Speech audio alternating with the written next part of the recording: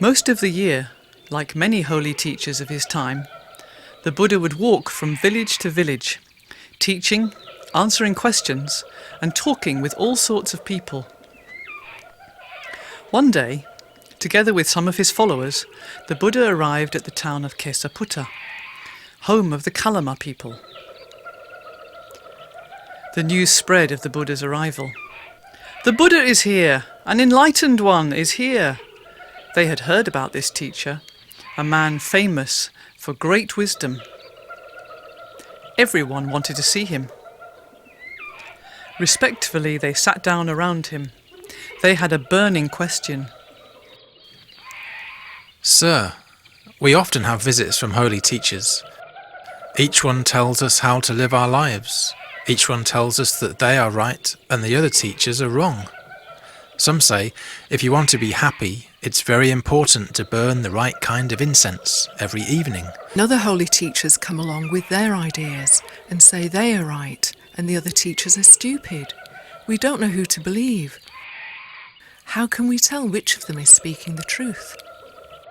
I'm not surprised you are confused, because this is indeed a difficult question. It's important not to believe what someone tells you just because lots of other people think like that, or because it is traditional, or because there are rumours about it. Don't believe someone because they seem to know the scriptures very well, or because they have strong opinions. Also, don't believe what someone says where there is no evidence, or without much discussion, or just because it sounds familiar. You can't even just believe someone who seems knowledgeable and educated, even if you feel respect for them as your teacher. The only way to know whether someone is speaking the truth is to test their advice in your own experience. Then, if you feel really sure that a teaching is likely to cause harm or unhappiness, you should reject it.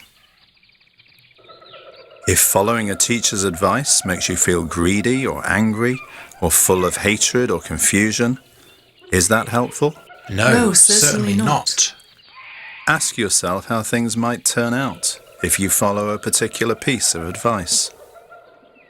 For example, if you take things which aren't yours, are you likely to cause harm to yourself or others?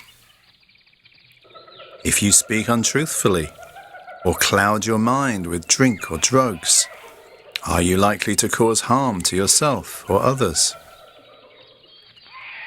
You can also think about someone more experienced than you, whose opinion you already respect. What would they think of this teaching?